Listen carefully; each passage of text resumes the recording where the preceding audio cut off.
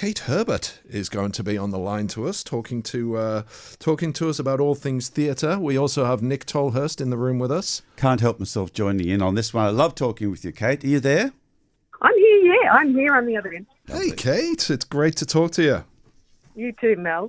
How are things? So at the moment, this is going to be the end of my year of chat. So I wanted to talk about just before we go on, Kate, just a second, Kate. Kate, are you on speakerphone? Want me to take it off? Yes, please. Well, we're getting a stunning reverb Sorry, it usually effect works okay. there. No, it sounds like better. Was I bouncing? Yes, no, it's just you sound like you're going in a drain, but you're in Wye River. I haven't got there yet, but nearly, and not quite. It's going to be Aries Inlet. Keep going. But so I was talking about Much Ado About Nothing, but I have to say this is the MTC production.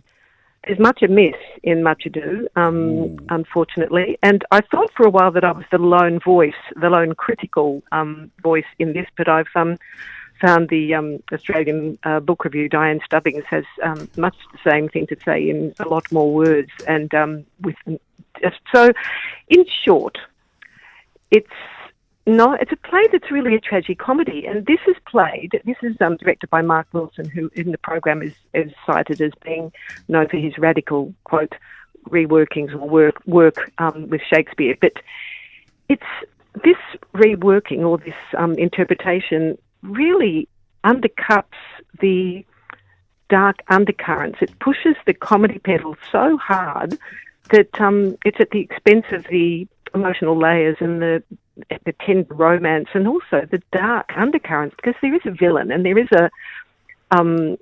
a woman who is shamed to the point of having to feign death. It's tragic. It all ends up well, but you know. I mean, this is the thing about Shakespeare. It's never a straight anything, isn't it? No. And the comedy in the tragedies. The comedy might be a moment, but it's a highlight or a little counterpoint to the tragedy. I remember a friend of mine telling me that she's American, and she said, you need in your play butt shifters, B-U-T-T, butt shifters, where the audience can have a lighter moment in the drama where they can shift their bottoms on the seat. And it stuck with me, and I think Shakespeare used that as well. And in the comedies, there needs to be a darker edge as well. Yeah. Look, in short, there are two love stories. There are the young lovers, Hero and Claudio. It's set in Messina, in Sicily. It's really, I can see the connection to the Commedia dell'arte, because the young lovers, these two young lovers, they're not part of the comedy, really. They are in this production, but they're not generally in a commedia and in this instance. And the other couple is the one that is most known in this play, the sharp-tongued Beatrice and the swaggering bachelor Benedict, the soldier returned.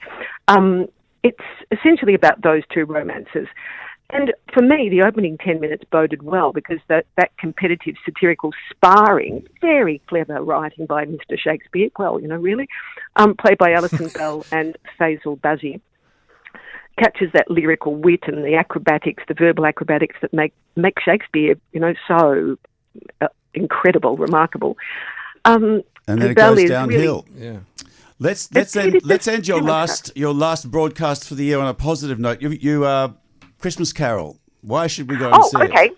Well, Nipper Cross. I was going to say, let me say something wonderful about Julie Forsyth, yes. who is in a number of roles, is the unmistakable highlight, particularly detailed comedy with that sort of balance of the drama as well. So we'll leave it there, but that's the highlight of that show. I'm sorry I didn't get to any positive. Yeah, the Christmas Carol, I haven't seen the new one because it opens tomorrow night, but it will be exactly the same production, which is not a problem because it's a 5-star production. Matthew Warchus from England directing the adaptation of Dickens' Ripping Yarn, adapted by Jack Thorne, who's done some extraordinary stuff.